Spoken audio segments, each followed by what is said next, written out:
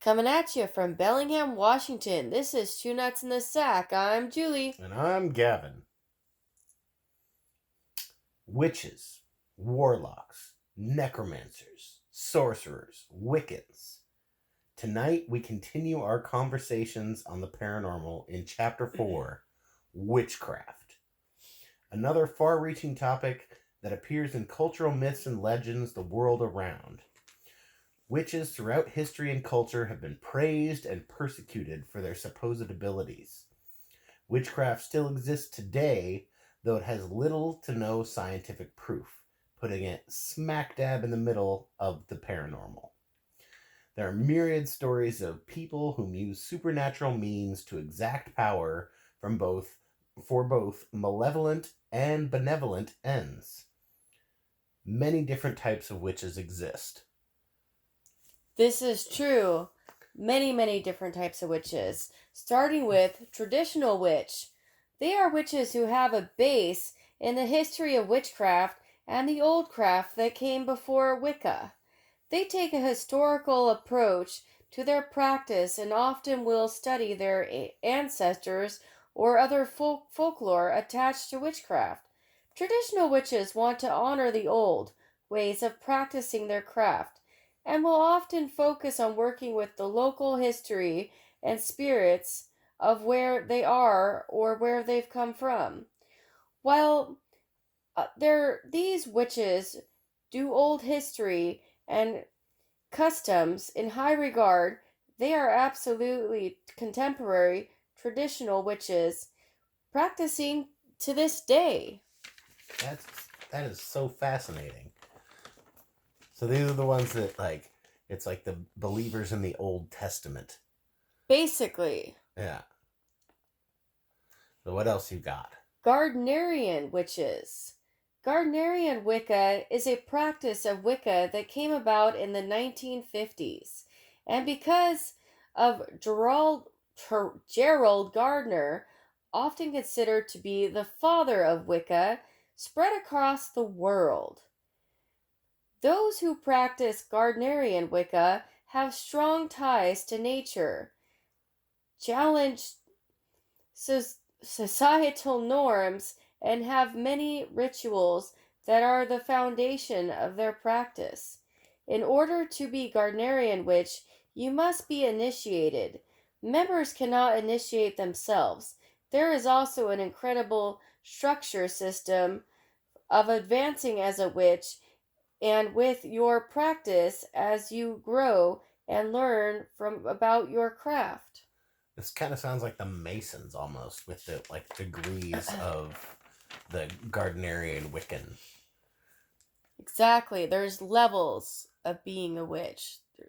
It's not exactly an easy route. Right. Alexandrian witches. Founded in the 60s by Alex and Maxine Sanders.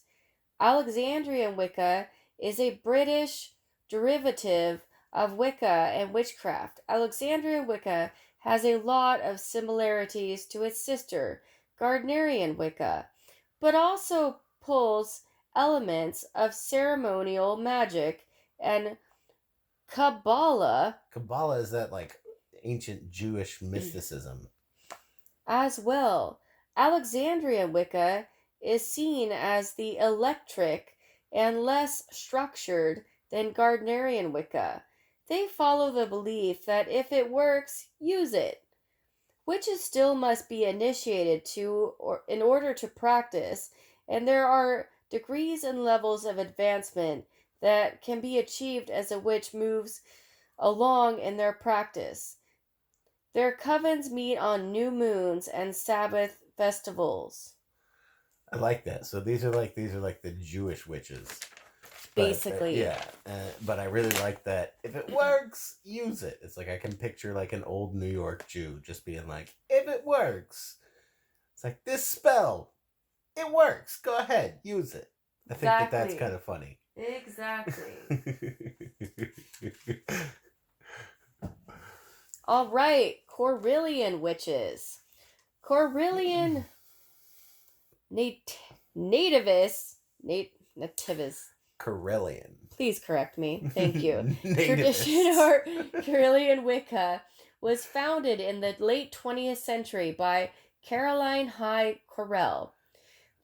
She claimed to come from a line of hereditary witches and was a psychic, spiritual healer, and herbalist, heavily influenced by her supposed lineage and Aradian witchcraft.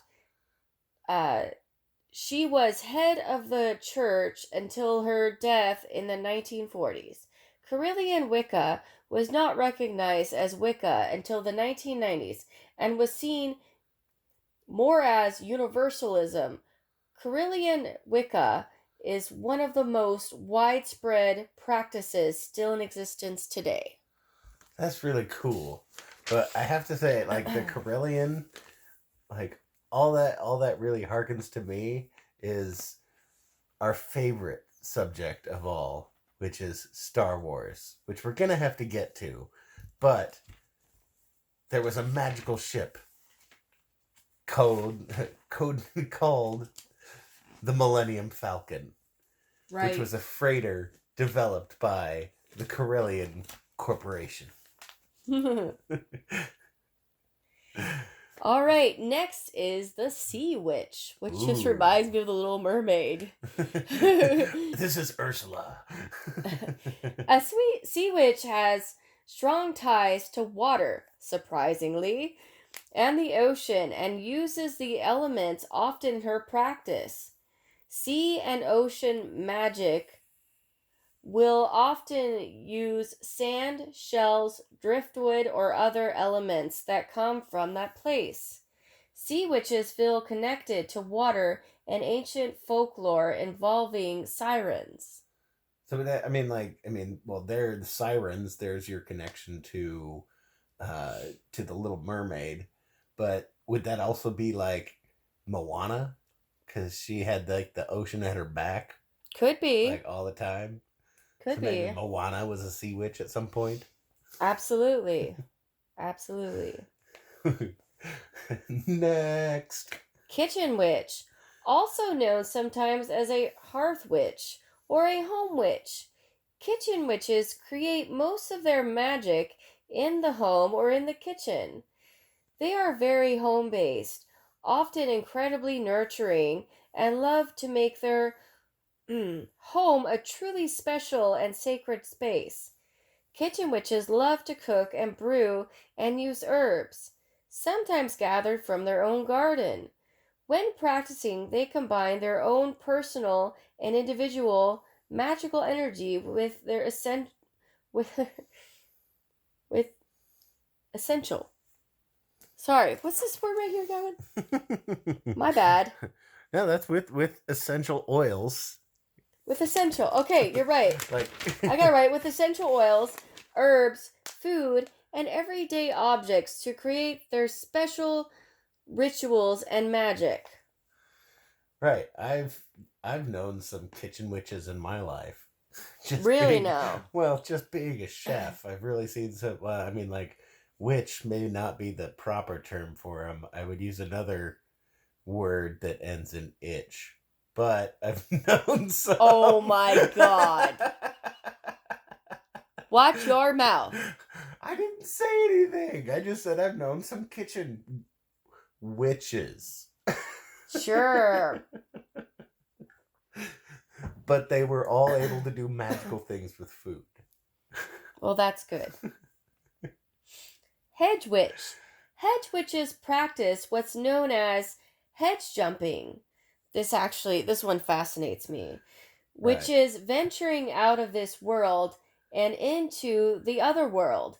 Hedge witches can communicate with the spiritual world and can send messages between both worlds. So that's like astral projection. I'm getting to that. Hedge witches practice astral projection, as you just said, as well as work with herbs and earth and magic. But what makes them specifically a hedge witch is their ability to cross the hedge, aka the boundary, between this world and the spirit world. It's thought that the flying on a broomstick legend was a misunderstanding based on head witches flying into the spiritual realm. That is so English, though. I mean, like, we would probably, like, refer to it, like, colloquially here as, like, piercing the veil if we wanted to make it fancy. But the British are just like, oh, yeah, they're just jumping over the edge. Yup. All right, Dianic Witch.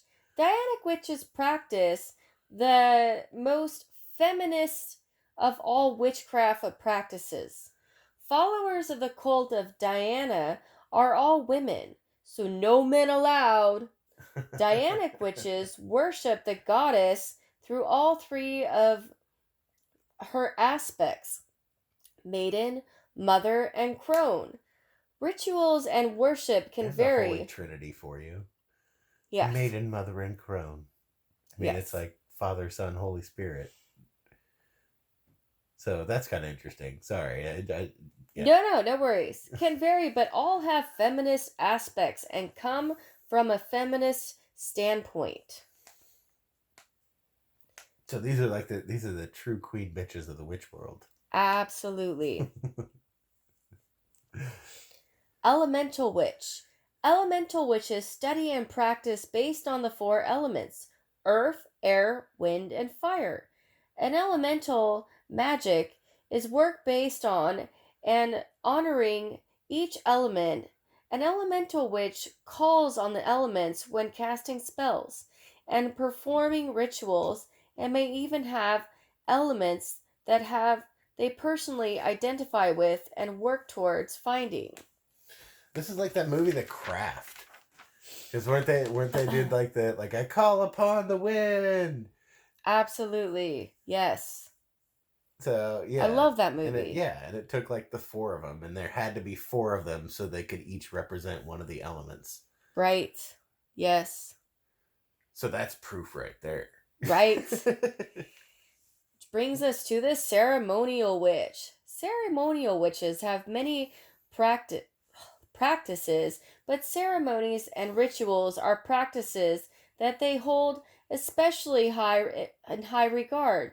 Ceremonial magic is worked into most of the elements of their practice. They likely work a ritual or ceremony into whatever they're casting or trying to accomplish. Ceremonial witches often call on specific beings and spiritual entities to assist them with whatever they're casting. Well, yeah, and I mean, this is another like common trope as well. Like, like I call upon Baal to smite Richard at work for being an asshole. The Green Witch, also called garden witches or forest witches. Green witches are highly connected to the earth, the energy that it possesses. They may have their own garden where they grow their herbs, but they also study their area and practice with local plants and their own environment. Green witches use plants, greenery, in their spells and magic, and sometimes even their cooking and in their home. Green witches are often very natural and love to be in nature and near anything green. Plants, flowers, etc. They do this to be as close to Mother Earth and the Spirit as possible. This is like Professor Pomona Sprout in Harry Potter. I was thinking about poison ivy. Well, she was also sort of like a plant witch as well. But yeah, no, this just definitely like tickled my Potter nerve as we're talking about witchcraft. Right. But yeah, she was the one that did all the horticulture, and they did like the mandrake thing where they like yes. But what else we got? How many different types of fucking witches are there? I think we have 16. Oh my god. Don't worry, we're on number 12. Okay. Hereditary witch. A hereditary witch is a witch that was born into witchcraft. It is a part of their family and or their lineage. Their magical and practice are passed down from previous generations.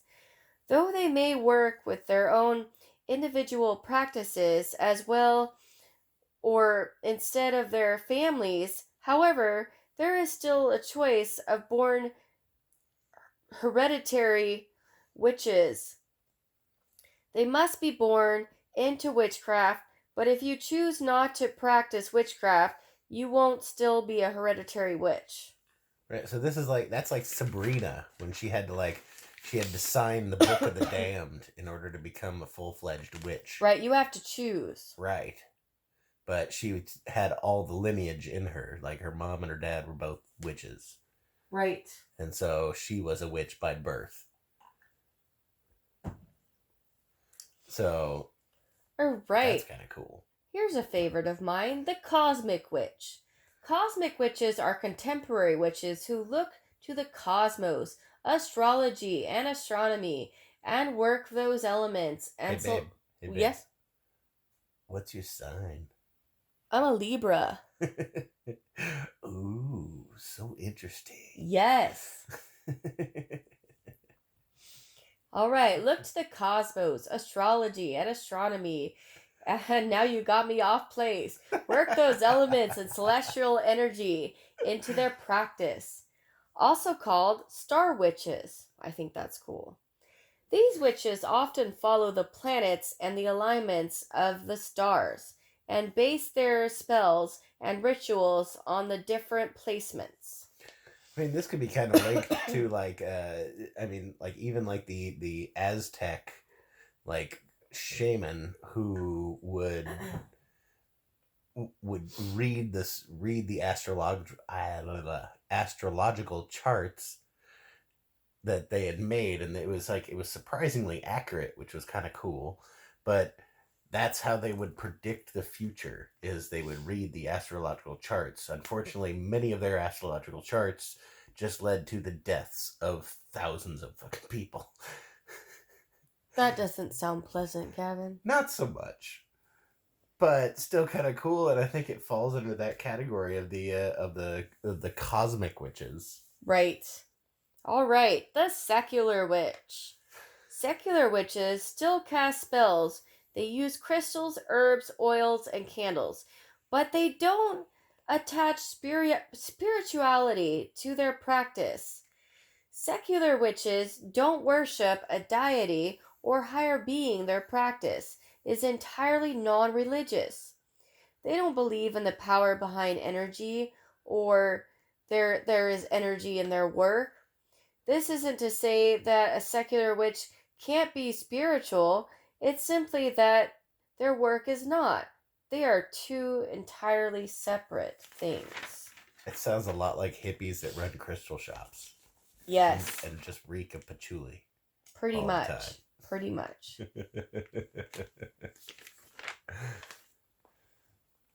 All right. That was 4 more. Were we at the end? No, we have 2 more. Damn it. I was miscounted. Solitary witch. A solitary witch can be any type of witch, but they choose to practice alone rather than with a coven. You pretty much get that idea when it says solitary witch. Right. This could be by choice or because they haven't found a group to work with yet. There are also legends that solitary witches are reincarnations of witches who have been practicing for generations, and at puberty their knowledge is awakened. Since they already remember and understand the craft, their need for a coven is less than a newer witch. This just makes me think of sleep paralysis and the theory of the old hag. Which right. Was, yeah. Yes. Which was just like a single solitary witch that curses a body with not being able to move, and what they do is they sit on your chest and suck the energy from your body. Mm-hmm. And ultimately sleep paralysis has been explained by modern sciences, but I don't know. when you said solitary witch, that's right where my mind went, was the old hag. Just like that old crone that lives in the woods by herself, and people go to her for, whatever magical remedy they may need. I think if I was a witch, that's what I would choose. Well, you don't like people, so. I don't like people. All right, the electric witch. An electric witch does not have one set of religional practice. I can't talk. Religious practice? Religious practice. Tradition or culture that they pull from. Their practice derives from many sources and ultimately becomes the witch's own.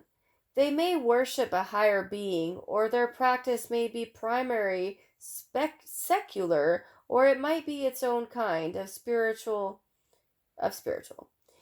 An electric witch ultimately makes their own rules. Their own rules. I don't know, maybe I want to be that witch. That sounds more like you. With their practice, it is entirely unique based on the individual witch. Yeah, that's kind of like the old Jewish witch that we were talking about. Yes. Yeah, where it's like, if it works, use it. So I love that. That's like the I love it. electric, which is like unpredictable, like electricity. Yes. So, as I had said earlier, witches have been both praised and persecuted for their supposed abilities. And now let's talk about persecution. The Salem witch trials, a series of hearings and prosecutions of people accused of witchcraft in colonial Massachusetts between 1692 and 1693. More than 200 people were accused of witchcraft. 30 were found guilty, 19 of whom were executed by hanging. 14 women and 4 men. One other man, the famous Giles Corey, was pressed to death. What does being pressed to death mean? Okay, this is really kind of gnarly. It's like one of the worst ways to die that I could think, because it's basically just slowly crushing a man to death. So they put you on a slab, and they put sort of like a box on your chest, and then they put 20 kilogram or 40-pound rocks into the box until you talk. It was a torture method, basically. Oh my God. That's awful. So they started putting rock after rock, and after each rock, they wanted Giles Corey to either A, admit he was a witch, or B, admit or let out, sorry, like to tell the court, as it were, who the other witches are? Who the other witches were. He didn't believe that he was a witch, and he didn't believe that any of this was actual witchcraft. He thought it was all just bullshit. And so he died on conviction alone to just live in the in his own truth. Wow. Where none of this was actually real. But they kept putting rocks on him. And as they got toward the point of almost caving in his chest, they had one more rock. And they asked him again, Giles Corey, tell us, are you a witch? And who are your compatriots? And he responded with 2 words. More weight. Oh my God. Such a badass way to die, just to prove that, fuck you, you guys are stupid and wrong. But it ended in his ultimate demise. They put the rock on, chest collapsed. Giles Corey is no more. So he refused to give them any information because he thought that this whole witch trial was just a fool's errand. But the people did not. At least 5 people died whilst in jail. Arrests were made in numerous towns beyond Salem and Salem Village, known as Danvers, a nearby village known as Danvers, notably Andover and Topsfield. Grand juries and trials for this capital crime were conducted by a court of Oyer and Terminer in 1692, and by a superior court judicator in 1693. Both held in Salem town, where all the bodies hung. It was the deadliest witch hunt in the history of colonial North America. Comparatively, only 14 other women and 2 men had been executed in Massachusetts and Connecticut combined in the 17th century. So this was just mass hysteria. Wow. But why, it makes you ask, like, why were they so afraid of these witches when it is apparent that not all witches are bad? I mean, they've been going to the witch doctor for I know everything years. we had read, everybody seems so good so far. But now I'm going to bring you to the dark side of witchcraft. Black magic. Yes, black magic. Necromancy.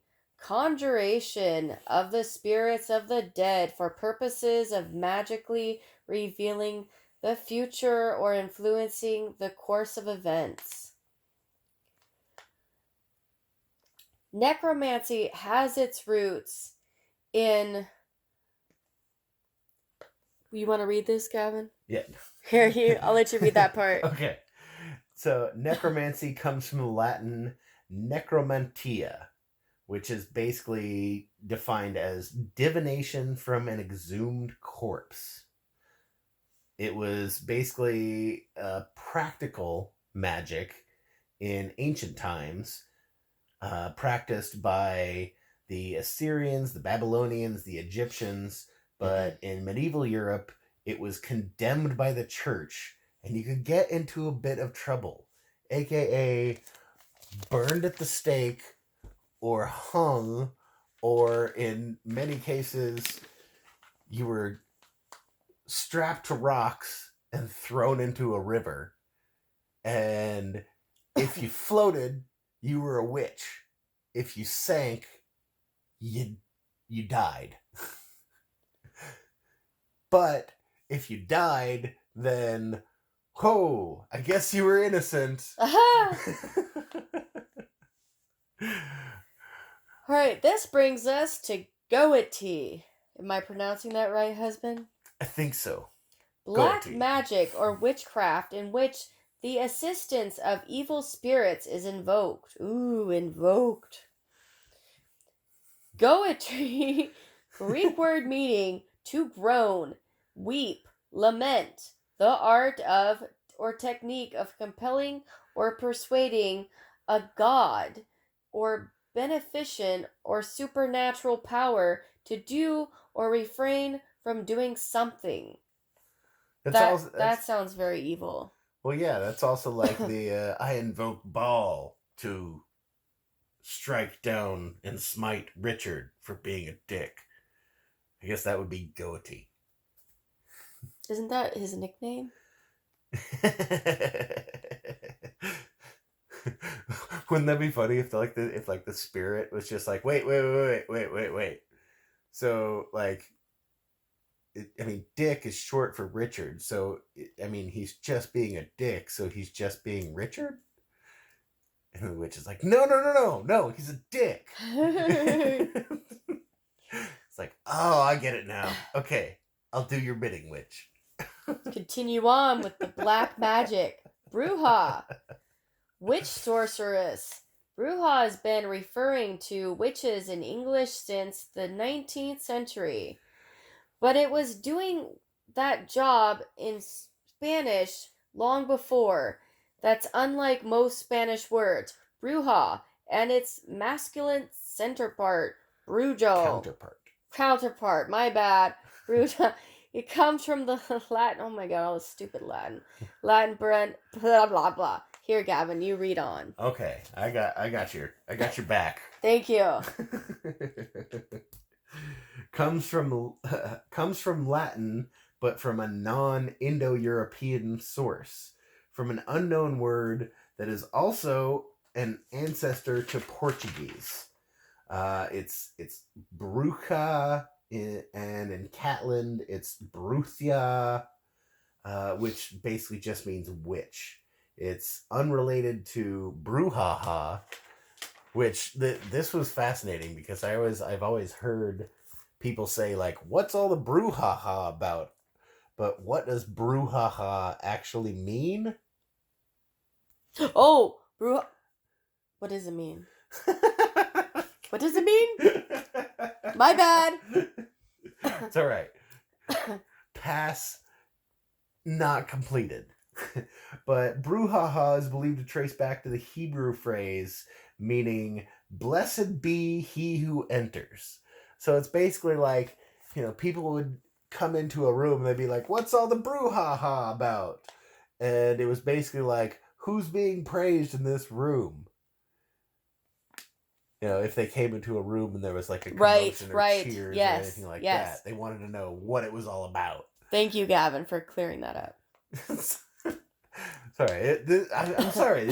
In our research, this was like one of the most interesting parts to me. Yeah, because well, I'd always heard that. You read far better than I do. I have to say that you read so much better than me. But I love that, like, that little, like, nugget. I mean, that you can take to fucking trivia night any night of the week. Like, absolutely. Where does the term brouhaha come from? You're like, well, ancient Hebrew. All right. The more you know. Yes. Lamia. Am I pronouncing that right, Gavin? Lamia. Lamia. A female demon.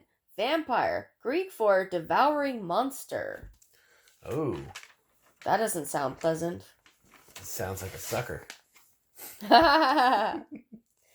Sympathetic magic. Magic based on the assumption that a person or thing can be supernaturally affected through its name or an object representing it. Sympathetic magic posits is that relationship between a person or thing and something that represents that person or thing that can be exploited by these with what's this word, Gavin? Numerous intents. The term dates to the early 20th century when Western anthropologists were trying to develop a universal definition of magic. These are like the talismans that you see, that it's like it holds a person's soul, basically. And so it's like, but you can call upon that person if you have that talisman that their soul is trapped within. That was a mouthful. Yeah. Incarnation. A use of spells or verbal charms. Incantation. My bad. Oh my god. Fucking A. I can't say words. A use of spells or verbal charms, spoken or sung as a part of ritual of magic. Also a written or recited formula of words designed to produce a particular effect. That's what it is. Right. So that's like, the Azarath Metrion Zinthos of Raven from Teen Titans. Yeah. That's her incantation to summon the demons which do her bidding. And this is why people are afraid of witches. Well, yeah. Because they'll fuck you up. Absolutely. Okay. Grimoire. Necromancy, magic, enchantment, book of sorcery. The book of the damned. Yeah. So this is just where they keep all of their incantations. So It's just like, yeah, it's like their encyclopedia. But I was, as we were like sort of poking around, I found a nice little story. Ooh, I love your stories. Okay. Is it scary? It has its elements and is kind of scary, but is pretty historical as well. I'll present to you the tale of a supernatural event that happened in America in the 1800s. The tale of the Bell Witch. Ooh. Early in the 1800s, John Bell purchased a plot of land and a large house for his family near Adams, Tennessee, in Robertson County. Over the next few years, Bell increased his land holding to more than 300 acres. He cleared fields for planting. He had 3 more children after moving to Tennessee. He already had 3 boys, but they were of age and moved out of the house. So he had 3 more children. Elizabeth, known as Betsy, was born in 1806. There was Richard, who was born in 1811, and Joel, born in 1813. In 1817, while inspecting his cornfield, a strange-looking animal with the body of a dog and the head of a rabbit crossed his path while he was walking along the rows. Bell shot at the strange beast several times to no avail, and the animal vanished. Wow. Though odd, Bell didn't dwell on this occurrence too long until after dinner that night. The Bells were startled by hearing a banging on the outside walls of the house. In the following days, the banging continued, with more force and frequency in the following nights. The children began complaining of hearing rats gnawing at their bedposts, waking them up in the middle of the night. This soon escalated to their blankets being ripped from their beds, pillows pulled from under their heads, thrown to the floor inexplicably. As time wore on, the Bells began to hear a barely audible whispering that sounded as though an old woman were singing under her breath. Soon came the physical encounters with the as yet unseen entity. Betsy took the brunt of the attacks, having her hair pulled, pinched, and slapped all over her body until she was visibly bruised from head to toe. Freaky. In one particularly horrific incident, actual sewing pins were pushed into her feet. What? Yeah. With no end in sight to their problems, John Bell finally reached out, after keeping this a big secret, to his closest friend and neighbor, James Johnston. Johnston and his wife agreed to spend the night in the Bell's home to verify the outrageous claims of his friend. As they tucked into bed and were about to fall asleep, the covers were quickly and violently ripped from their bed, and something or someone began slapping him in the face. Johnston leapt from the bed and exclaimed, "In the name of the Lord, who art thou, and what dost thou want?" I don't know if he actually used the thous and the thus, but